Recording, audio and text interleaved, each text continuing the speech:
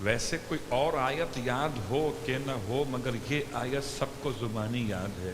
کبھی سوچئے گا، اس آیت کو آج تک میں نے کھول کر قرآن سے نہیں پڑھا، اس آیت کو آج تک میں نے قرآن سے دیکھ کے یاد نہیں کیا، مجھے حدیث قصہ کی برکت میں آیت تطہیر یاد کرا۔ اور خدا سلامت رکھے حدیث قصہ پڑھنے والوں کو، اور خدا سلامت رکھے حدیث قصہ کا احترام کرنے والوں، خدا سلامت رکھے حدیث قصہ کے اس ماحول میں شرکت کرنے والوں کو، کہ ہمیں اور آپ کو یہ آیت تطہیر قرآن سے یاد نہیں ہوئی ہے، بلکہ شاید بچپن میں ہم سمجھتے تھے یہ بھی حدیث قصہ کا حصہ ہے۔ یہ تو بعد میں پتہ چلا جب ترجمہ سمجھ میں آنے لگا کہ یہ حدیث نہیں ہے، یہ تو آیت الہیہ ہے۔ کچھ ایسا مزاج ہے ملا ہوا کہ سمجھ میں نہیں آتا کس کو آیت کہیں کس کو حدیث کہیں۔ جو فاطمہ کی چادر میں بیان ہو جائے وہ سب ایک جیسا ہی دکھائی دیتا ہے۔ صلوات پڑھے محمد اور آل محمد۔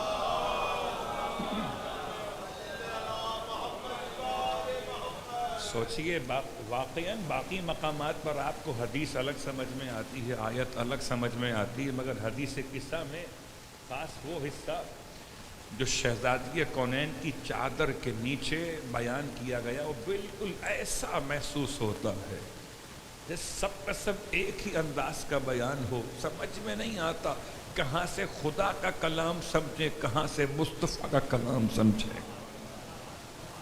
آئیے پس منظر حدیث قصہ آپ کی خدمت مقدس میں آج پیش کرنا چاہوں گا۔ پس منظر کیا ہے حدیث قصہ کا، اور حدیث قصہ کی اہمیت انشاءاللہ بیان ہوتی رہے گی، اور جو طالب علم ہے سمجھنا چاہتے ہیں ان کے لیے الگ انداز سے بات ہو سکتی ہے۔ فی الحال تو میں مولا کے چاہنے والوں کی خدمت میں بیان یا علی۔ حدیث قصہ کا پس منظر یہ ہے کہ اللہ کے رسول کی خدمت میں نجران کے عیسائی علماء، ان کو عیسائی کہیں یا علماء نصارہ نجران کہیں بات برابر ہے، جب اللہ کے رسول کا خط پہنچا ہے نجران کے لوگوں میں، وہاں کے صاحبان اقتدار کے نام کہ اسلام قبول کیجئے، اسلام کے پرچم تلے آ جائیے، تو وہاں کے صاحبان اقتدار نے فیصلہ کیا کہ ہم پرچم تلے کیوں آئیں، پہلے سمجھیں تو صحیح کہ محمد ہیں کون۔ اہل کتاب کو یہ مسئلہ پرانا ہے کہ ہم تو صاحب کتاب ہیں، ہمیں کیا ضرورت کسی اور رسول کی کتاب کو سمجھنے کی۔ یہ الگ بات ہے کہ عیسائیوں نے اپنے نبی کو اتنا اونچا کیا ہوا تھا کہ خدا کا بیٹا بنا دیا، مسلمانوں نے اپنے نبی کو اتنا نیچے کیا کہ اپنا بڑا بھائی بنا دیا۔ صلوات پڑھے۔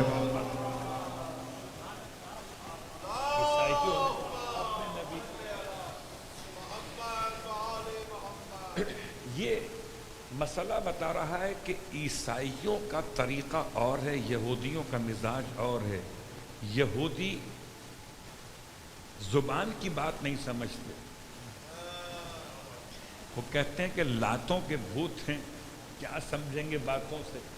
تو یہودیوں کا مزاج اور ہے، عیسائیوں کا مزاج اور ہے۔ عیسائیوں سے اسلام کی کوئی جنگ آپ کو نہ ملے گی اس طرح یہودیوں سے ملے گی۔ تو عیسائیوں نے اپنا ایک نمائندہ وفد روانہ کیا سرکار کی خدمت میں، اور جب یہ نمائندہ وفد جو علماء پر مشتمل تھا پہنچا مدینہ منورہ، تو ابھی اس انداز سے پہنچے کہ سب کے سب یہ سوچ کر آئے تھے کہ مدینہ جا رہے ہیں اور تاجدار مدینہ ہے محمد صلی اللہ علیہ وآلہ، تاجدار۔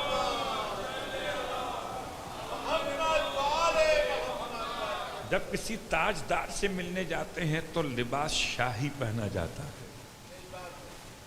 آپ کو تو اندازہ ہے کہ وضع قطع کے بڑے نمبر ہوتے ہیں، اگر آپ ملنے جائیے لباس فقیرانہ ہو، ملنے جائے بادشاہ سے نکال دیے جائیں گے، اور لباس اگر شاہانہ ہو تو کہیں ملنے جائیں ہاتھوں ہاتھ لیے جائیں گے، اندر کچھ بھی نہ ہو الگ بڑھ۔ تو لباس کے بڑے مسائل ہیں، لباس کی عزت ہوتی ہے، لباس کا احترام ہوتا ہے، صاحب لباس کوئی بھی ہو، کوئی بھی ہو، بہت غور کیجیے گا، بہت ساری باتیں آگے تک پہنچ جاتی ہیں، لباس مت دیکھیے گا، صاحب لباس کو دیکھیے۔ تو یہ سمجھ کے آئے تھے کہ پیغمبر تاجدار مدینہ تو لباس شاہانہ ہونا چاہیے، لباس شاہانہ پہن کر آئے، سونے کے تاروں سے کڑی ہوئی عبا۔ پیغمبر کے ملاقات کے لیے آنے والے راہب اور علماء نصارہ نجران ہاتھوں میں سونے کی انگوٹھیاں، گلے میں سونے کی چین پہنے ہوئے پیغمبر کی خدمت میں پہنچے، آئے ہیں بحث کرنے کے لیے کہ رسالت اور نبوت اور کتاب برحق کیا آج کے دور میں پیغمبر کی دعوت کے اعتبار سے۔ اور جب انہوں نے آ کر پیغمبر سے ملاقات کرنا چاہی تو پیغمبر نے اپنے رخ انور کو موڑ لیا، پیغمبر نے اپنے رخ انور کو موڑ لیا، پہلے یہ سمجھے کہ شاید دیکھا ہی نہیں ہے، تو پلٹ کے دائیں طرف آ گئے، جب دائیں طرف آئے پیغمبر نے بائیں طرف منہ کر لیا، اب تو سمجھ گیا کہ جان بوجھ کر پیغمبر اوائڈ کر رہے ہیں، ان کی طرف دیکھنا بھی گوارا نہیں کرتے۔ اب سوچئے اتنا بڑا ڈیلیگیشن ہو، اتنے بڑے بڑے علماء ہوں وہاں کے، اور انہیں اس طرح کا رویہ ملے تو پریشان ہو گئے۔ پیغمبر کے بزم سے باہر نکلے تو جو باہر پیغمبر کے ساتھ ساتھ بیٹھنے والوں میں دو چار لوگ مل گئے، ان میں سے کسی ایک سے پوچھا، یہ بتائیے پیغمبر کا مزاج کیوں بدلا ہوا ہے؟ وہ تو دیکھنا ہی نہیں چاہتے۔ اور جن صاحب سے پوچھا تھا انہیں اپنے مزاج کی خبر نہ تھی، تو پیغمبر کا مزاج کیا بتاتے؟ کہنے لگے بھائی جس کا مسئلہ اس سے پوچھو، منہ موڑا محمد نے، ہم نے تھوڑی صلوات پڑھے محمد اس سے پوچھو۔ اب یہ پریشان آگے بڑھے، ایک اور صاحب مل گئے، بہت غور کیجیے گا، ایک اور صاحب مل گئے، ان سے پوچھا کہ آپ تو پیغمبر کے ساتھ بیٹھتے ہیں، بتائیے پیغمبر نے آج منہ کیوں موڑ لیا؟ کہنے لگے ہمیں کیا پتا منہ کیوں موڑا، اس نے موڑا اس سے پوچھئے۔ اب جب ناکام ہو گئے، اگر اتنا ہی امت پڑھ لیتی کہ مزاج پیغمبر بتانے والے سب یار برابر تو نہ تھے، سب برابر تو نہ تھے، ایک سے پوچھا، دوسرے سے پوچھا، کسی نے پہنچا دیا مزاج شناس پیغمبر تک۔ اور مزاج شناس پیغمبر وہ ہے کہ جس نے ان راہبوں کا حال دیکھا تو یہ نہیں پوچھا کہ پیغمبر نے منہ موڑا تھا دائیں موڑا یا بائیں موڑا، کس طرف منہ موڑا، بلکہ پیغمبر کے سامنے یہ لوگ پہنچے تو آپ نے ان سے پوچھا کہ بتاؤ ایسے ہی سامنے گئے تھے؟ کہ ہاں ایسے ہی گئے تھے، اس میں کیا خرابی ہے، یہ تاجدار مدینہ سے ملنے گئے تھے، ایسے ہی گئے تھے۔ تم تو راہب دنیا ہو، تمہارا کیا تعلق سونے کی چین سے، سونے کی انگوٹھیوں سے؟ بہت غور کیجیے گا، پیغام آپ کی خدمت میں پہنچا دوں، یہ گرچہ پورا واقعہ ہے تاریخ میں، لیکن ایک بات تو واضح ہے، اگر کوئی سونے کی چین پہن کر چاہے کہ محمد اس سے بات کریں تو بے چین تو رہے گا مگر کلام محمد، اس لیے کہ خدا نے مردوں پہ سونا حرام، صلوات پڑھیں محمد اور آلہ۔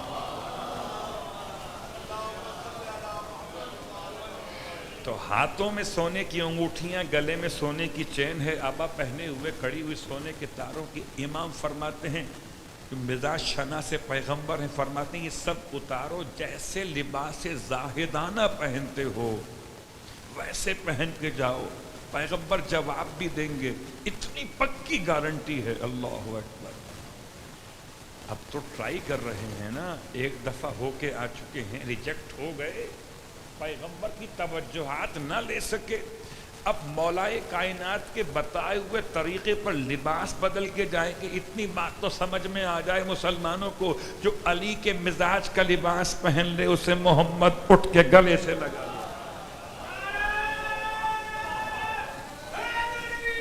یا لباس تبدیل کر دیجئے. لباس تبدیل کیا, لباس زاہدانہ پہنا, لباس راہبانہ پہنا, لباس عالمانہ پہنا. اور اب امام علیہ السلام کے کہنے پر یہ پہنچے خدمت میں پیغمبر کی, اور اب تو جا کے سلام کیا. پیغمبر نے سلام کا جواب بھی دیا ہے, اپنے قریب بلایا. کیسے آنا ہوا؟ مزاج پرسی فرمائی. مزاج پرسی فرماتے ہوئے بحث حضرت عیسیٰ کے ابن اللہ ہونے پر شروع ہوئی. کہ ویسے ساری باتیں آپ کی ہم مانیں گے, یہ تو بتائیے ہمارے والے عیسیٰ آپ کے نزدیک کیا ہیں؟ ہمارے والے عیسیٰ, کیا تمہارے والے عیسیٰ اللہ کے نبی عیسیٰ اللہ کے نبی ہیں؟ اور اگر یاد رکھو احتراماً کسی کو کہتے ہو کہ فرزند خدا یہ اور ہے, نسبت کے لحاظ سے کہتے ہو تو خدا لم یلد ولم یولد. دونوں باتیں الگ الگ ہیں.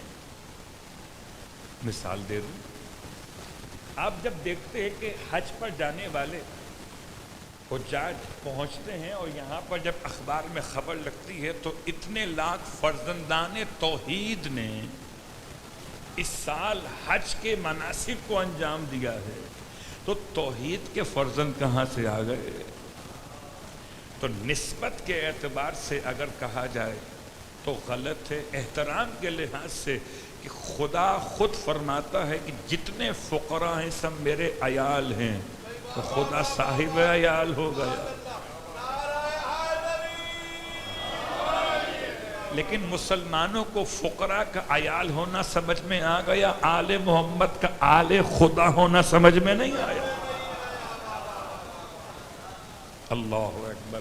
یہ میں خود سے نہیں کہتا, زیارت اربعین پڑھیے.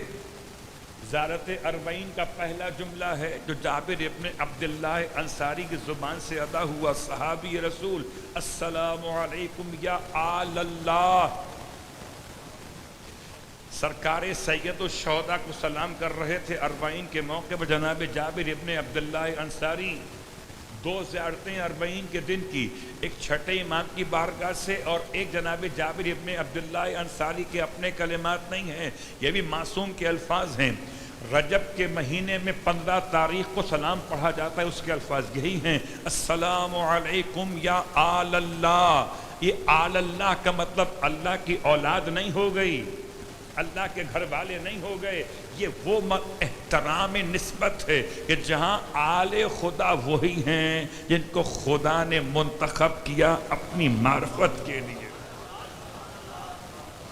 اگر خدا کے گھر کا حج کرنے والے توحید کے بیٹے ہو سکتے ہیں تو توحید بتانے والے کیا آل اللہ نہیں ہو سکتے؟ صلوات پڑھ لیں محمد اور آل محمد.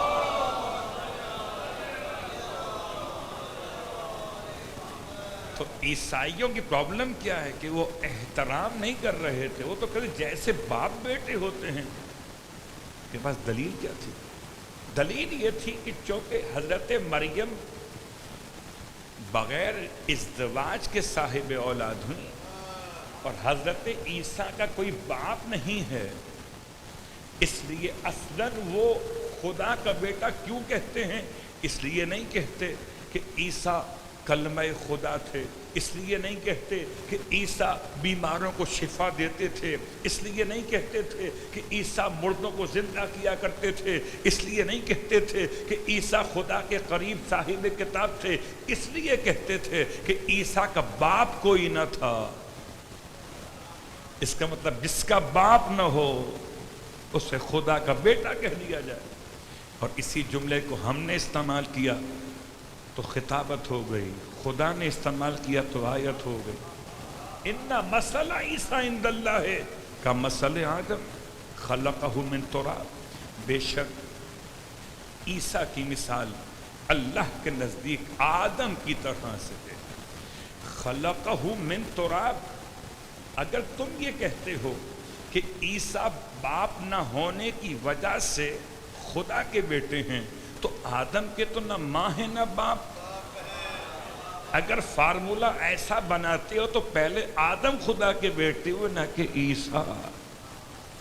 اور اگر آدم بغیر ماں اور باپ کے تمہارے نزدیک خدا کے بیٹے نہیں ہو سکتے تو عیسیٰ ماں کے ہوتے ہوئے خدا کے بیٹے کیسے ہو جائیں گے؟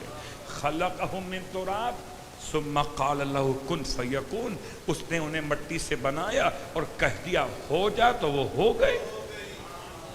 حضرت آدم کی مثال خدا نے بیان کی، اور اس کے بعد بھی جب اتنی قوی ترین دلیل، بہت غور کیجئے گا، عیسائیوں نے حضرت عیسیٰ کو خدا کا بیٹا اس لیے مانا کہ باپ نہیں، اس لیے نہیں کہ ان کا مقام بلند تھا، احترام کرتے تھے، نہیں، تو خدا نے جب جواب دیا اور جواب ان کو ہضم نہیں ہوا، نہیں، ضد پر تھے۔ قبلہ بڑے بڑی دکانیں چلتی تھیں، میں کیا جملہ استعمال کروں، بہت سخت جملہ ہے، کہ دکانیں بند ہو جاتی عیسائی علماء کی، کہ ان کے پاس پھر کون آتا، سب مصطفیٰ کے پاس چلے جاتے اپنے نذرانوں کو روکنے کے لیے۔ بہت غور کیجئے کہ بڑا ڈر لگتا ہے، جیسے آخری محمد کی آمد ایسے آخری امام کی آمد بھی ہے۔ دکانیں چلانے والے ذرا ہوشیار رہیں، ایسا نہ ہو کہ دکانیں بچانے کے چکر میں ایمان چلا جائے۔ صلوات پڑھیں محمد۔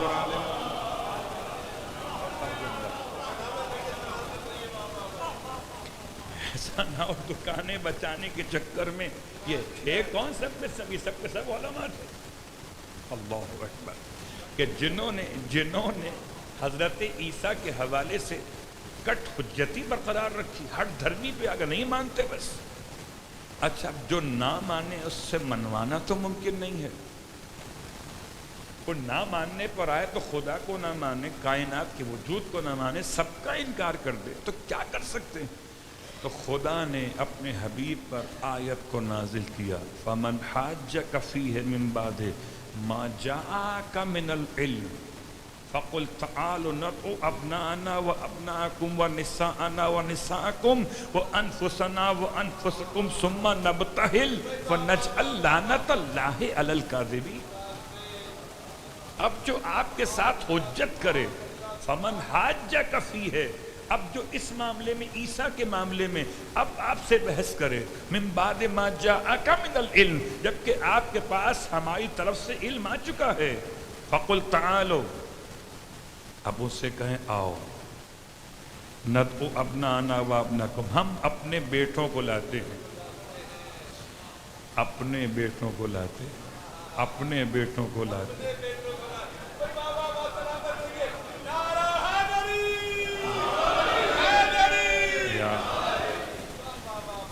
حضرت عیسیٰ خدا کے بیٹے نہیں ہیں، یہ سمجھانے کے لیے ہم اپنے بیٹوں کو لاتے ہیں۔ بہت غور کیجئے گا، اپنے بیٹوں کو تم اپنے بیٹوں کو لاؤ۔ عیسائی، یہودی، عیسائی علماء چونکہ راہب ہوا کرتے تھے اس دور میں، آج بھی راہب ہوا کرتے، شادی نہیں کرتے تو بیٹا آئے گا کہاں سے؟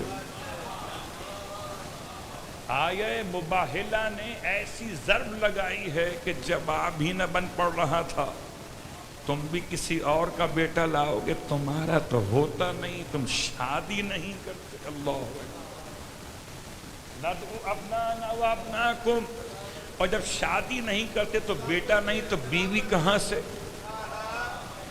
وَنِسَاءَنَا وَنِسَاءَكُمْ، ہم اپنی عورتوں کو لاتے ہیں، تم اپنی عورتوں کو لاؤ۔ وَأَنفُسَنَا وَأَنفُسَكُمْ، ہم اپنے مردوں کو لاتے ہیں، تم اپنے مردوں کو لاؤ۔ پھر کیا کریں گے؟ ثُمَّ نَبْتَهِلْ، پھر مل کے مباہلہ کرتے ہیں۔ وَنَجْعَلْ لَعْنَةَ اللَّهِ عَلَى الْكَاذِبِينَ، اللہ اکبر، غور کیجئے گا، میں پس منظر حدیثی کے سامنے چل رہا ہوں، میں مباہلے کی تاریخ نہیں پڑھ رہا ہوں۔ مباہلے کی تاریخ پڑھنا الگ موضوع ہے، ایک ایک لفظ آگے پڑھتا، مگر میں پس منظر حدیثی کے سامنے پڑھ رہا ہوں۔ یہ مسئلہ اللہ کے رسول کے سامنے آیت نازل ہو گئی، آپ نے اعلان کر دیا۔ اب کل فیصلہ ہونا ہے میدان کے اندر، ذی الحج کا مہینہ ہے، اس میں اختلاف ہے کہ یہ حدیث قصہ کا نزول کب ہوا۔ حدیث قصہ کا نزول ہوا کس سن میں ہے؟ غزوہ خیبر کے بعد ہے، ہجرت کا 7واں برس ہے، یا جس سال یہ عیسائی علماء آئے تھے مباہلے کی تاریخ کے اعتبار سے یہ اس سال کا واقعہ ہے۔ تو جب مباہلہ اگر 7 میں ہوا تو 7 کا واقعہ ہے، مباہلہ 8 میں ہوا تو 8 کا واقعہ ہے۔ اب 8 اور 7 کا چکر چھوڑیے، بس ہوا تھا یہ تاریخ بتاتی ہے۔ اور پیغمبر نے اب کل کے دن کی تیاری کرنی ہے، اس تیاری کا نام ہے حدیث قصہ۔ اس تیاری کا نام ہے حدیث قصہ۔ اللہ کے رسول نے بڑی محنت کی، بڑی مشقت کی، عیسائی علماء سے بحث کرتے کرتے مگر کوئی ماننے پہ تیار نہ ہوئے۔ اب پیغمبر نے کمزوری بدن کو محسوس کیا۔ میں لفظ استعمال کرنے میں احتیاط کے خلاف چلا گیا۔ 3 جملے ہیں، ایک ہے لفظ بدن، ایک ہے لفظ جسم، ایک ہے لفظ جسد، جیم سین دال جسد۔ جسد کہتے ہیں مردہ جسم کو، جسد کہتے ہیں مردہ جسم کو، اور جسم کہتے ہیں زندہ جسم کو جو روح کے ساتھ ہو، سر کے ساتھ ہو، یہ بھی اور یہ بھی دونوں حصے ملا کے یہ جسم کہلاتا ہے۔ ایک ہے لفظ بدن۔ اب پیغمبر نے کیا استعمال کیا لفظ؟ اب چلے ہیں در سیدہ کی طرف۔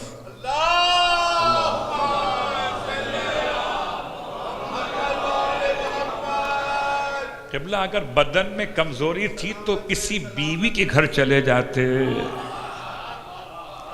بیویوں کو چھوڑ کر بیوی کے گھر گئے ہیں، کہ امت کی ماں کو چھوڑ کر محمد اپنی ماں کے گھر گئے، امت کی ماں کو چھوڑ۔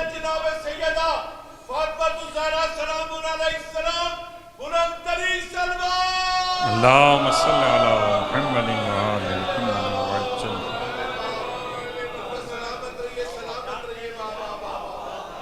اللہ کے رسول در سیدہ پر پہنچے۔ اب روایت کو کتنے راویوں نے نقل کیا پوری بحث میں پھر کہہ چکا ہوں کہ یہ علمی اعتبار سے طلباء کے لیے بیان کی جاتی ہے کہ راوی کون کون سے تھے، کس راوی نے کیا بیان کیا۔ مشہور ہے جابر ابن عبداللہ انصاری، حضرت عائشہ سے بھی اس کی روایت ہے۔ خواتین میں حضرت عائشہ کا نام معروف ہوا حدیث قصہ کے حوالے سے، اور حدیث قصہ کے حوالے سے مردوں میں جناب جابر ابن عبداللہ انصاری کا نام آیا۔ رویہ عن جابر ابن عبداللہ الانصاری عن فاطمہ الزہرا صلوات اللہ علیہا انہا قالت دخل علی ابی رسول اللہ فی بعض الایام۔ جناب جابر کہتے ہیں جناب سیدہ سے اس روایت کو نقل کرتے ہوئے، اب سیدہ خود واقعہ بیان کرتی ہیں کہ دنوں میں سے ایک دن ایسا تھا، بعض الایام، اور حسین جملہ ہے کہ ویسے تو آتے تھے میرے بابا ہر روز، مگر دنوں میں سے ایک دن ایسا تھا کہ بابا آئے۔ یہ ایام بتا رہا ہے کہ پیغمبر ایک دن نہیں آئے، بار بار آتے تھے، بعض الایام۔ اور آنے کے بعد پیغمبر نے بیٹی کو سلام کیا، قال السلام علیکی یا فاطمہ۔ اللہ اکبر۔ لفظ سلام کو پہچانیے، پوری حدیث قصہ میں 10 مرتبہ لفظ سلام آیا ہے، 10 مرتبہ لفظ سلام۔ ہو سکتا ہے 10 سے آگے بات کو پہنچا دوں، صلوات پڑھے محمد اور آل محمد۔ پہلا سلام رسول یا علی، پہلا سلام رسول خدا کا سلام جناب سیدہ کو، دوسرا سلام امام حسن کا اپنی ماں فاطمہ زہرا کو، تیسرا سلام امام حسن کا اپنے نانا رسول خدا کو، چوتھا سلام امام حسین کا اپنی ماں فاطمہ زہرا کو، پانچواں سلام امام حسین کا اپنے نانا رسول خدا کو، 5 ہو گئے۔ چھٹا سلام امیر المومنین کا جناب سیدہ کو، 7واں سلام امیر المومنین کا جناب رسول خدا کو، 7 ہو گئے۔ آپ میرے ساتھ ہیں؟ 7 تو ہو گئے، اگر آپ ساتھ ہیں تو آگے چلوں، صلوات پڑھیں محمد۔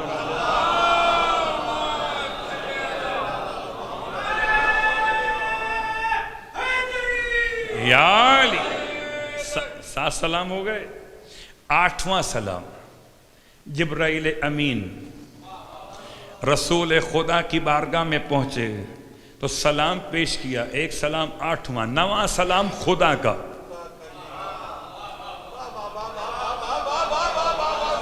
اللہ یا سلام گنتے چلے جائیں تو آپ کو اندازہ ہوگا کہ یہ 9 سلام پورے یہاں تک ہو گئے جناب سیدہ۔ اور اب جناب سیدہ خود جب چادر میں آئی تھیں تو آپ نے بھی سلام کیا، 10 پورے ہو گئے۔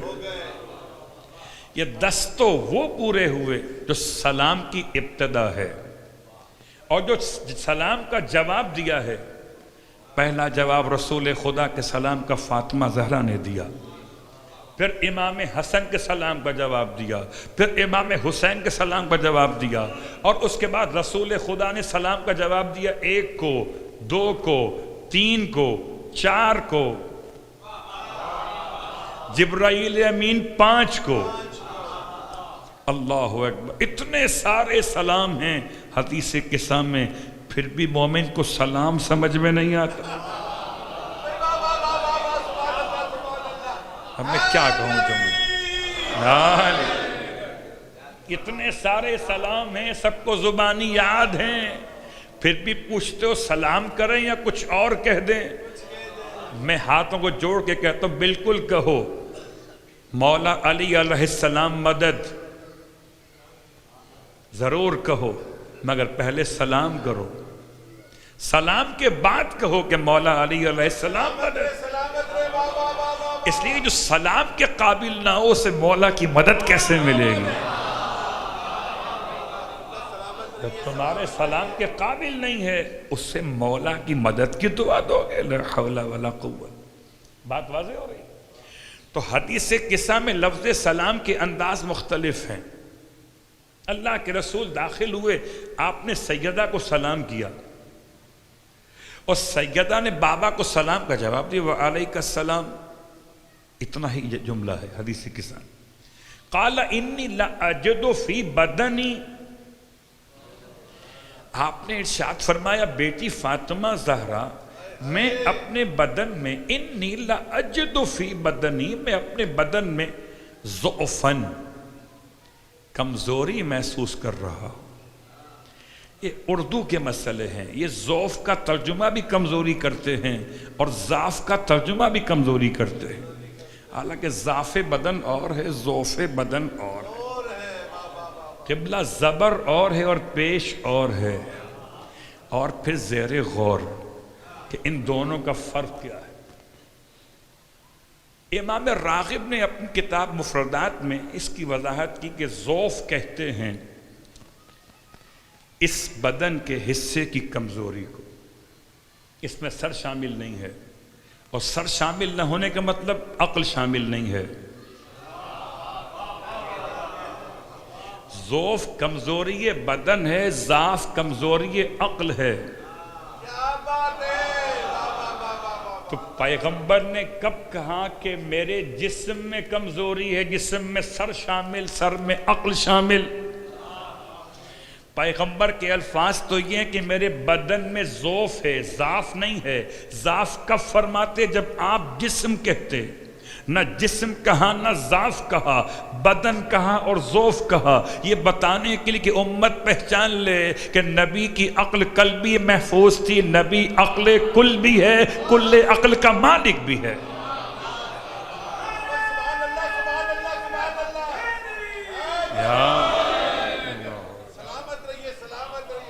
یہ کمزوری بدن ہے، کمزوری بدن ہے. انی لاجد فی بدنی ضعفاً، ضعفاً نہ کہ ضعفاً، میں اپنے بدن میں بیٹی کمزوری محسوس کر رہا ہوں. فقلت لہ، اب ہونا تو یہ چاہیے تھا کہ شہزادی کونین شربت بناتی شہد کا، دودھ کے ساتھ ملا کے پیش کر دیتی. کمزوری بدن دور ہوتی ہے دودھ پینے سے، کمزوری بدن دور ہوتی ہے کس سے؟ پھل کھانے سے. کمزوری بدن دور ہوتی ہے انسان کے لیے گوشت وغیرہ کھانے سے.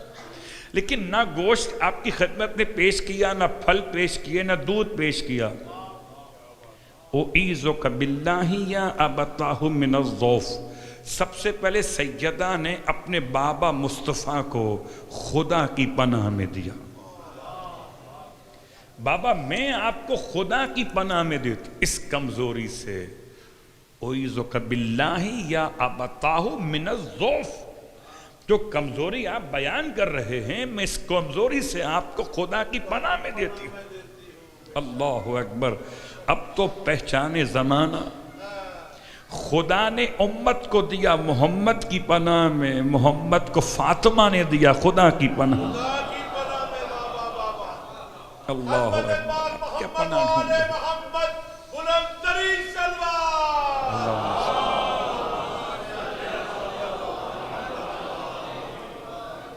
شہزادی کونین کا جملہ اعیذک باللہ یا ابتاہ من الضعف.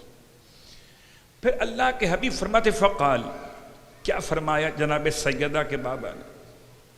یا فاطمہ تو ایتینی بالکساء الیمانی فغطینی بہی. قسم بخدا اگر ایک ایک جملے کی وضاحت میں گئے تو یہ عشرہ تو کیا مہینہ ختم ہو جائے گا. صرف ایتینی کی سمجھ میں اگر بات ہم پہنچا سکے، ایتینی اے فاطمہ بیٹی لے کر آئیے. آتنی نہیں ہے، ایتنی ہے. آتنی اور ہے، ایتنی اور ہے. اپنے مال کو عطا کہتے ہیں، دوسرے کے مال کو عطا کہتے ہیں. میں اگر آپ کے گھر میں آؤں اور نماز پڑھنا چاہوں، میں آپ سے جانماز مانگوں گا نماز پڑھنے کے لیے، سجدہ کا طلب کروں گا. تو یہ مانگنا جو ہے یہ الف تے یہ سے آئے گا. اور اگر آپ مجلس میں جانماز تقسیم کر رہے ہوں اور میں وہ مانگ لوں تو وہ عین توئیں سے آئے گا. جو گھر لے جانے والی ہو وہ عطا ہے، جو وہیں استعمال کرنے والی ہو وہ الف تے یہ سے عطا. سلوات پڑھے محمد.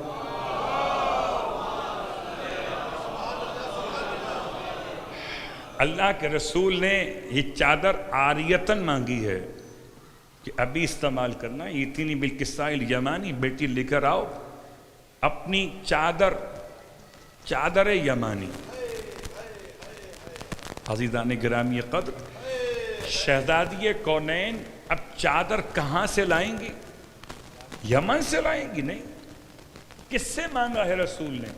رسول نے فاطمہ سے چادر کو مانگا ہے.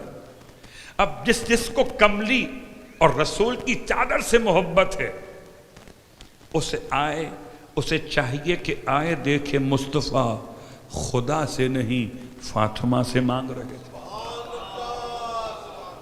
تو کیا پیغمبر اگر ہاتھ اٹھاتے خدا کی طرف سے کیا چادر نہیں آ سکتی تھی؟ جب سیدہ کے بچوں کا لباس آ سکتا ہے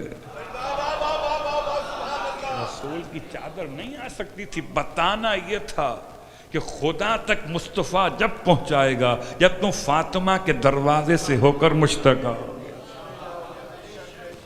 ایتینی بالکساء یا علی یا علی ایتینی بالکساء الیمانی فاتیتہ بالکساء الیمانی فغطینی بہی.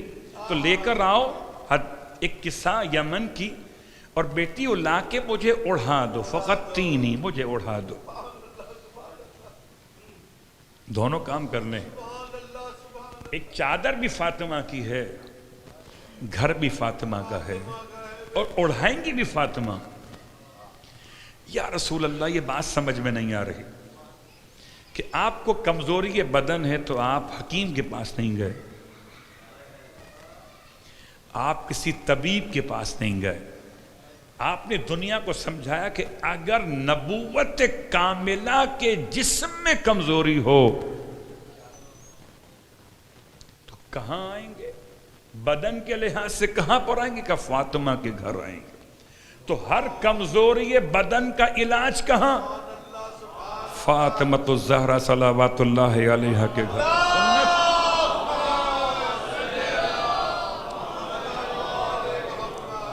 یہ سنت بن گیا. جس کو کمزوری بدن دور کرنا ہو وہ سیدہ کو وسیلہ بنائے. سیدہ کے وسیلے سے سیدہ کی چادر میں اتنا کمال تھا کہ آپ نے منگوا کے فرمایا فغطینی بہ فَأَتَيْتُهُ بِالْكِسَّاءِ الْيَمَانِ فَغَطَّيْتُهُ بِهِ وَسِرْتُ أَنْظُرُ إِلَيْهِ. اور آپ فرماتی میں چادر لے کر آئی اور میں نے پیغمبر کو اڑھا دی، بابا کو، اور اڑھانے کے بعد وَسِرْتُ أَنْظُرُ إِلَيْهِ، اور جیسے ہی میں نے دیکھا اپنے بابا کی طرف وَإِذَا وَجْهُهُ يَتَلَّأْلَوْ كَأَنَّهُ الْبَدْرُ فِي لَيْلَةِ تَمَامِهِ وَكَمَالِهِ. عجیب منظر تھا. اللہ اکبر. غور کیجئے گا، میری بات ابھی آپ کی خدمت میں پہنچی ہے، محفوظ ہوگی. بدن کا اور جسم کا مسئلہ بیان کیا تھا، ضعف کا اور ضعف کا فرق بیان کیا تھا. خود حدیث قصہ کا جملہ بتا رہا ہے کہ پیغمبر کا چہرہ چمکنے لگا بدر کامل کی طرح سے. اگر کمزوری سر میں ہوتی تو چہرہ کیسے چمکتا؟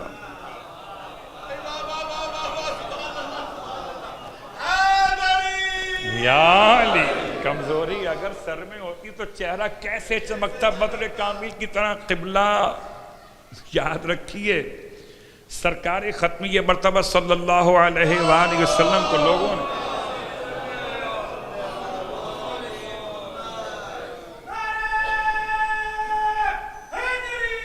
یا علی مجنون تک کہا ہے. مجنون کسے آپ کہتے ہیں دیوانہ. مجنون کا آسان ترجمہ دیوانہ. پیغمبر کو دیوانہ کہا گیا. دیوانہ کہا کافر نے، ہذیان کا الزام رکھا منافق نے.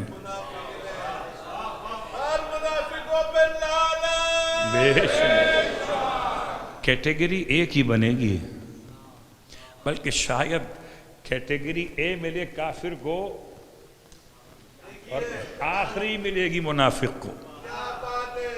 کہ کافر کم از کم اگر مجنون کہتا تھا تو نبی تو نہیں کہتا تھا، لیکن ہذیان کا الزام رکھنے والا نبی کو نبی بھی کہتا تھا اور ہذیان کا الزام بھی رکھتا تھا. اور حدیث قصہ سمجھ میں آ جاتی، قسم بخدا مصطفیٰ سمجھ میں آ جاتے. یَتَلَّأْلَوْ كَأَنَّهُ الْبَدْرُ فِي لَيْلَةِ تَمَامِهِ وَكَمَالِهِ. ایسا چمک رہا تھا میرے بابا کا چہرہ، چادر کے نیچے سے چمک رہا تھا. عجیب بات ہے، غور کیجئے گا. سیدہ نے دیکھا تو چہرہ چمک رہا تھا، جبرائیل آئے تو پہچان ہی نہیں پا. کم از کم پیغمبر تو خود پہچان لی. صلوات پڑھے محمد اور آل محمد. چہرہ چمک. اب تو سمجھیں کہ بصارت جبرائیل اور ہے، بصارت فاطمہ زہرا اور ہے. سیدہ کی بصارت اور ہے، جبرائیل امین کی بصارت اور ہے. یَتَلَّأْلَأُ الْبَدْرُ كَأَنَّهُ لَيْلَةُ تَمَامِهِ وَكَمَالِهِ. اللہ اکبر. اور پھر شہزادی کونین اب اپنے بابا کو لٹا چکی، اب شاید آرام کریں گے. لیکن آرام ابھی کر رہے تھے کہ ایک مرتبہ شہزادہ جوانان جنت حضرت سبط اکبر یعنی کہ حضرت شبر، سرکار امن اور صلح، معیار شجاعت اور علمدار لشکر اسلام،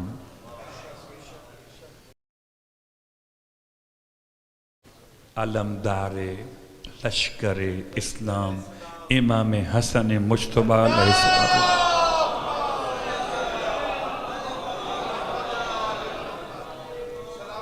یہ سارے القابات کی وضاحتیں موجود ہیں، مگر ابھی اس طرف جانے کا وقت نہیں ہے۔ ارے سیدہ کے شہزادے ہوں اور علمدار نہ ہوں، یہ کیسے ہو سکتا ہے؟ جو سیدہ کے بیٹے کا وفادار اگر وہ علمدار ہو گیا، سیدہ کا اپنا لخت جگر ہے۔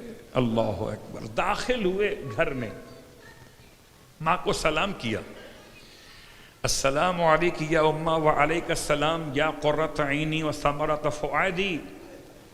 آپ نے سلام کا جواب دیا دو جملے اضافہ کر کے کہ اے میوہ دل، اے آنکھوں کی ٹھنڈک۔ تو حسن کون ہے؟ حسن سیدہ کی آنکھوں کی ٹھنڈک، حسن سیدہ کا میوہ دل ہیں۔ خیال کیجئے، حسین سے پہلے حسن سیدہ کے لیے آنکھوں کی ٹھنڈک بھی ہیں اور میوہ دل بھی ہیں۔ جب سلام کا جواب دیا تو شہزادہ ماں سے پوچھتا ہے، قال یا امہ انی اشم عندک رائحۃ طیبہ، کہ اماں جان میں آپ کے پاس سے پاکیزہ خوشبو محسوس کر رہا، کأنہا رائحۃ جدی رسول اللہ۔ اللہ اکبر، کیا قوت شامہ امام حسن مجتبیٰ ہے۔ قبلہ گھر میں بریانی پکی ہو اور آپ گھر میں داخل ہوں تو کیا پوچھنا پڑے گا بریانی پکی ہے یا خوشبو بتائے گی؟ آپ گھر میں داخل ہوئے، خوشبو آپ کو بتا رہی ہے کہ کھانے میں کیا پکا ہے۔ جو کھانا پہچان لے وہ کھانے والے کا مزاج ہے، جو مصطفیٰ پہچان لے وہ حسن مجتبیٰ کا مزاج ہے۔ یا عظمت سرکار جناب امام حسن مجتبیٰ علیہ السلام، بلند ترین سلوات۔ اللہم صلی اللہ علیہ وسلم۔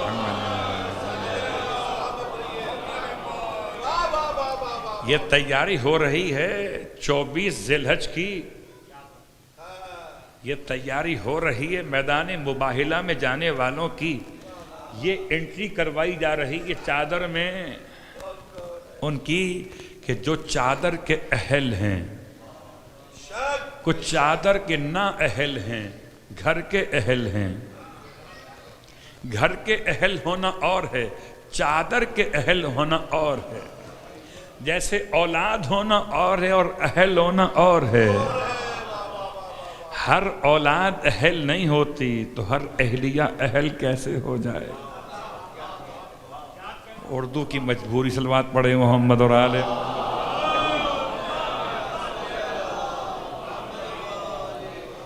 تو اللہ کے رسول کی خدمت میں ابھی پہنچے نہیں امام حسن، اور آج کی حد تک میں بس بات وہاں روکوں گا، لا کر باقی باتیں انشاءاللہ 3 راتوں میں آئیں گی، کہ امام حسن مجتبیٰ اپنی ماں کی خدمت میں آگے بڑھے۔ اماں خوشبو آ رہی ہے، تو کیا نانا آئے ہوئے؟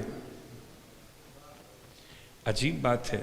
میں آپ سے پوچھتا ہوں، اگر آپ کو خوشبو آ رہی ہو کہ کھانے میں کیا پکا ہے، تو کیا بیگم سے پوچھیں گے یا سیدھے کچن پہنچ جائیں گے؟ خوشبو کا پیچھا کرتے کرتے آپ خوشبو کے مقام تک پہنچ جائیں گے۔ بات واضح ہو رہی ہے؟ آپ کو کسی سے پوچھنا نہیں پڑے گا کھانے میں پکا کیا ہے، خوشبو بتا رہی ہے، رکھا کہاں ہے، مقام خوشبو بتا رہی ہے۔ آپ پیچھے پیچھے چلے، خوشبو کہاں سے آ رہی ہے؟ اس کمرے سے آ رہی ہے، اس کمرے سے آ رہی ہے، اس کمرے سے آ رہی ہے۔ بات واضح ہوئی؟ رکھا کہاں پر؟ تو سیدہ سے پوچھا کیوں؟ یہ بتانا تھا کہ جنت کے جوانوں کا سردار بھی اگر محمد تک جانا چاہے، وسیلہ فاطمہ زہرا۔ جب جنت کے جوانوں کا سردار بغیر فاطمہ کے محمد تک نہیں پہنچا، جنتی کیسے پہنچ جائے گا فاطمہ کے بغیر محمد تک؟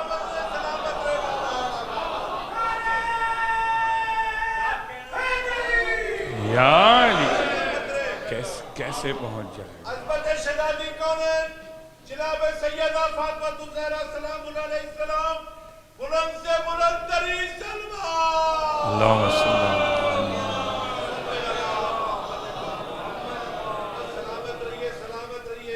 اللہ اکبر.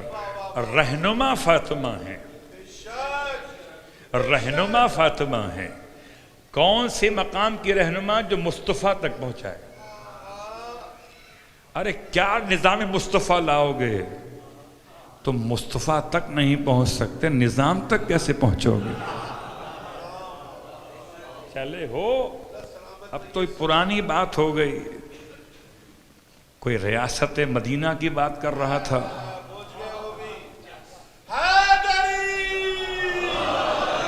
ریاست میں رے نکال دو, سیاست کر دو. صلوات پڑھے محمد اور آل محمد.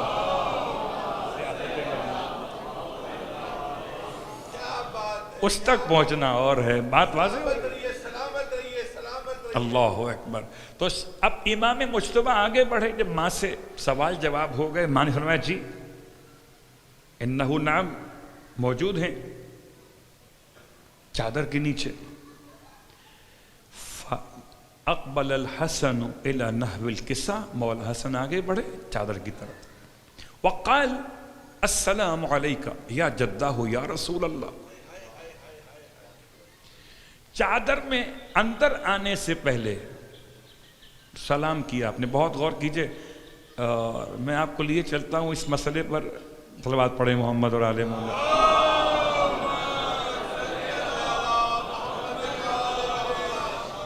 ایک صاحب کو بڑا شوق تھا نظام قائم کرنے کا, کہ کوئی گناہ نہ کرنے پائے ان کے دور حکومت میں. تو ہاتھ میں کوڑا لیے گھومتے تھے,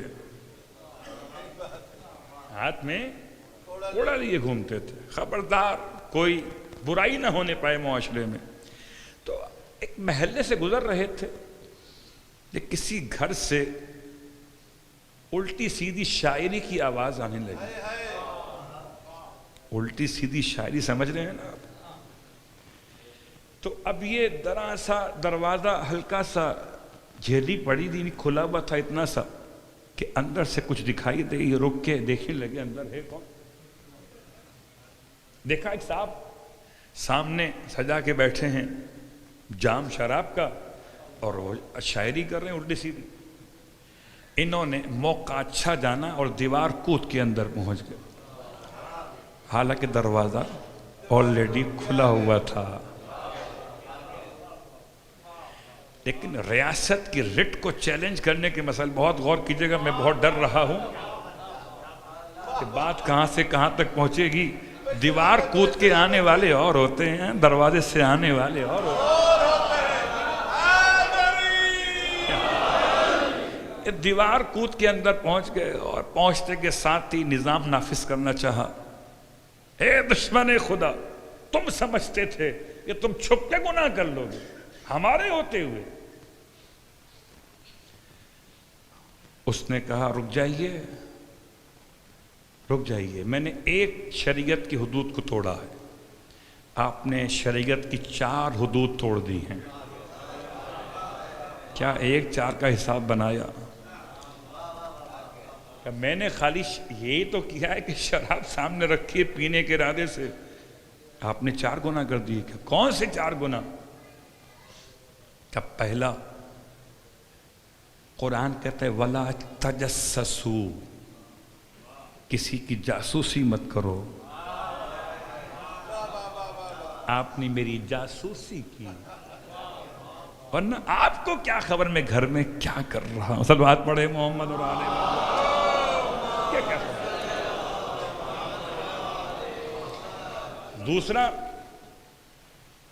دوسرا آپ نے قرآن کی مخالفت کی. وَأْتُوا الْبُيُوتَ مِنْ أَبْوَابِهَا, قرآن کہتا ہے آؤ گھروں میں گھروں کے دروازوں سے.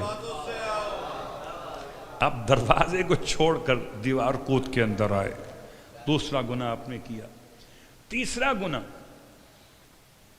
کہ قرآن کہتا ہے فَإِذَا دَخَلْتُمْ, اور جب تم داخل ہو جاؤ, بیوتن غیر بیوتکم, یا تدخلوا بیوتن غیر بیوتکم, جب تم داخل ہو ایسے گھروں میں جو تمہارے گھروں کے علاوہ کسی اور کے گھر ہوں, تو یاد رکھو لا تدخلوا الا, سوائے اس کے کہ تستانسوا, تم پہلے آنے کی اجازت لو.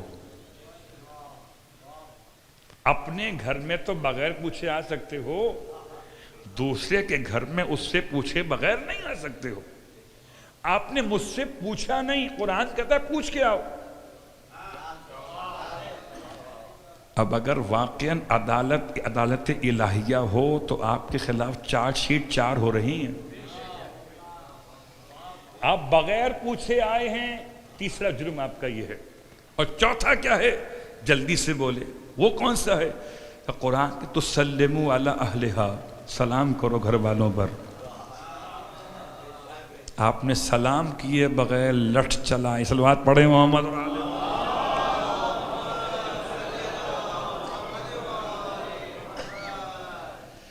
تو اتنے شرمندہ ہوئے کہ اچھا بھائی تم اپنا کام کرو، میں جا رہا ہوں۔ تو گھر میں داخلے کے آداب میں سلام ہے، ٹھیک۔ سیدہ کے گھر میں رسول خدا آئے، سلام کیا۔ سیدہ کے گھر میں امامت کی شان پہنچی، سلام کیا۔ اور جب شان امامت کو سیدہ کی چادر میں جانے کا عنوان ملا تو سلام کیا۔ اس کا مطلب بیت الگ ہے، چادر الگ ہے۔ گھر میں آ سکتے ہیں گھر والے بھی، گھر والیاں بھی، چادر میں وہی آئے گا جسے خدا تطہیر میں شامل کرے گا۔ چادر میں وہی آئے گا۔ اللہ اکبر۔ بس عزیزو، آج کی حد تک بات تمام ہوئی۔ امام حسن نے آ کے سلام کیا، السلام علیکہ یا جدہ یا رسول اللہ، فرمایا وعلیکہ السلام یا ولدی یا صاحب حوضی، تجھ پر بھی سلام ہوئے میرے بیٹے حسن۔ کل لے جانا کس کو ہے؟ ابناءنا و ابناءکم۔ آج بتانا ہے کہ بیٹا کون ہے۔ وعلیکہ السلام یا ولدی و یا صاحب حوضی۔ کون سا بیٹا؟ جو حوض کوثر کا صاحب ہے۔ یہ صاحب کسے کہتے ہیں؟ صاحب کہتے ہیں مالک کو۔ صاحب البیت، گھر کا مالک۔ صاحب الکتاب، کتاب کا مالک۔ صاحب المال، مال کا مالک۔ تو صاحب الحوض، آپ فرماتے ہیں حوض میرا ہے، حوضی، حوض تو میرا ہے۔ مالک کون ہے؟ امام حسن۔ وعلیکہ السلام یا ولدی و یا صاحب حوضی، تجھ پر سلام ہو بیٹے حسن، اور اے میرے حوض کوثر کے مالک۔ بس عزیزو، آج کی حد تک گفتگو تمام ہو گئی۔ سیدہ کی چادر پہ بات ہے نا، بس دل چاہتا ہے سیدہ کی چادر کے مصائب سنا دوں۔ ہائے خدا کبھی ایسا وقت نہ دکھائے کہ کسی پردہ دار بیوی کو اس طریقے سے آنا پڑے جیسے فاطمہ کو آنا پڑے۔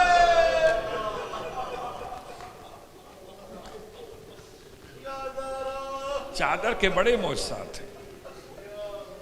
پہلا جملہ آپ کی خدمت میں عرض کروں کہ اس واقعے کو علماء اہل سنت نے بھی لکھا کہ ایک مرتبہ اللہ کے رسول مدینہ منورہ میں مسجد نبوی میں نہ موجود تھے اور نہ شہر میں تھے۔ سب ڈھونڈنے لگے پیغمبر کہاں چلے گئے۔ جب بہت تلاش کیا کہیں پیغمبر کا نام و نشان سمجھ میں نہ آیا تو مدینہ کے باہر اس زمانے کے لحاظ سے وہ علاقہ خندق جہاں لڑی گئی، اس علاقے میں ایک پہاڑ تھا جس کا نام تھا سین لام عین صلا، جبل صلا، کہ وہاں تک پہنچے تو کسی بکریاں چرانے والے چرواہے سے پوچھا کیا تم نے محمد کو دیکھا ہے؟ اس نے کہا میں نہیں جانتا محمد کون ہے، البتہ ہاں میں نے محسوس کیا ہے کہ اس پہاڑی پر کوئی رو رہا ہے، اور اس کے رونے کی وجہ سے میرے حیوانات بھی وہاں رک کے رونے لگے، اپنا کھانا پینا بھول گیا، روتے رہے، اور جب میں واپس لے کر آیا تو ان میں دودھ مکمل تھا۔ اللہ اکبر۔ اصحاب سمجھ گئے کہ وہیں پر ہمارا نبی اللہ کا رسول موجود ہے. یہ اوپر ہے غار سجدہ کے نام سے غار جبل صلح پر. یہ وہاں پر پہنچے، پیغمبر کو سجدے کی حالت میں پایا. سب مل کر رسول سے درخواست کر رہے تھے، نبی اللہ واپس چلیں مدینہ. آپ روتے تھے، فرماتے تھے نہیں، میں سر نہیں اٹھاؤں گا جب تک خدا مجھ سے میری امت کی مغفرت کا وعدہ نہیں کرے. روئے چلے جاتے، روئے چلے جاتے. سب نے پوری کوشش کر لی، جتنے اصحاب تھے، جتنے جاننے والے تھے پیغمبر کی. اور جب کسی سے کام نہ بنا تو پھر سیدہ کے دروازے پر آئے. شہزادی بابا واپس نہیں آ رہے. سیدہ اپنے بابا کو لینے جبل صلح پر پہنچے. اس غار کے قریب پہنچی، دیکھا بابا سجدے میں روئے چلے جاتے. زمین پوری تر ہو چکی ہے آپ کے آنسوؤں سے. سیدہ نے بابا کو سلام کیا، سلام کر کے فرماتی بابا سر اٹھا لیجئے، بابا فاطمہ آئی ہے. اللہ کے رسول فرماتے ہیں بیٹی میں سر جب تک نہیں اٹھاؤں گا جب تک خدا مجھ سے مغفرت کا وعدہ نہیں کر لیتا. سیدہ نے جملہ سننا تھا، تڑپ کے فرمایا بابا اچھا اگر آپ سجدے سے سر نہیں اٹھاتے تو فاطمہ سر سے چادر اتار کے سجدے میں چلی جائے. سیدہ نے بس جملہ زبان سے ادا کیا تھا، جبرائیل نازل ہوئے کہ پیغمبر کو حکم آیا سجدے سے سر اٹھا لیجئے. امت کی مغفرت کا وعدہ خدا نے فاطمہ کی وجہ سے کر لیا. واہ محمد، یہ چادر فاطمہ کا مقام تھا. دوسرا مقام پہچانیں گے. ارے جب امیر المومنین کے گلے میں رسی باندھی گئی، امیر المومنین کو کھینچ کے لے جاتے تھے. واہ محمد، واہ مصیبت. ایسے میں جناب سیدہ اپنے ٹوٹے ہوئے پہلو کا خیال نہ رہا، اپنے محسن کا غم نہ رہا. جلتا ہوا دروازہ بھول گئی، منہ پر تماچے کا نشان بھول گئی، کان سے بہنے والا لہو بھول گئی. ایک مرتبہ سہارا لے کر جلتے ہوئے در کے قریب آئی، فرماتی تھی خلو ابو الحسن، ابو الحسن کو چھوڑ دو. خلو ابن امی، میرے چچا کے بیٹے کو چھوڑ دو، میرے بچوں کو یتیم نہ کرنا ورنہ زہرا بال کھول کے بد دعا کر دے گی. ادھر بالوں کا نام آیا، ادھر خدا کی رحمت کو جوش آیا. غضب کے آثار نمایاں ہوئے، خدا کا غضب آگے بڑھا. زمین مدینہ لرزنے لگی. سلمان روتے ہوئے امیر المومنین کے پاس آئے، جن کے گلے میں رسی باندھی گئی ہے، جنہیں کھینچا جا رہا ہے. ان سے آ کر کہتے تھے مولا رسول کی بیٹی بال کھول کے بد دعا کرنا چاہتی ہیں.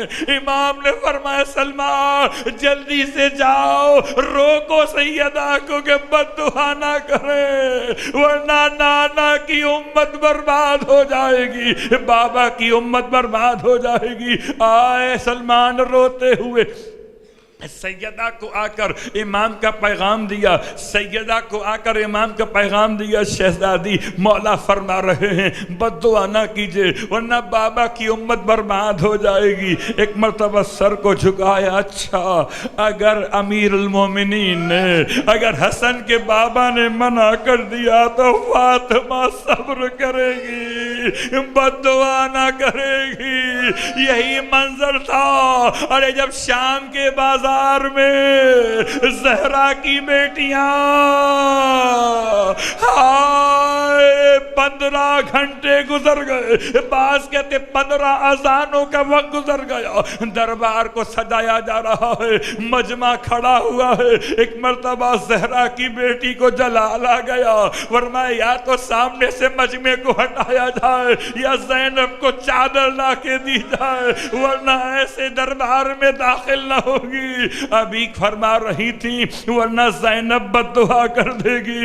ادھر بد دعا کے لفظ کو آپ نے زبان پہ ادا کیا تھا.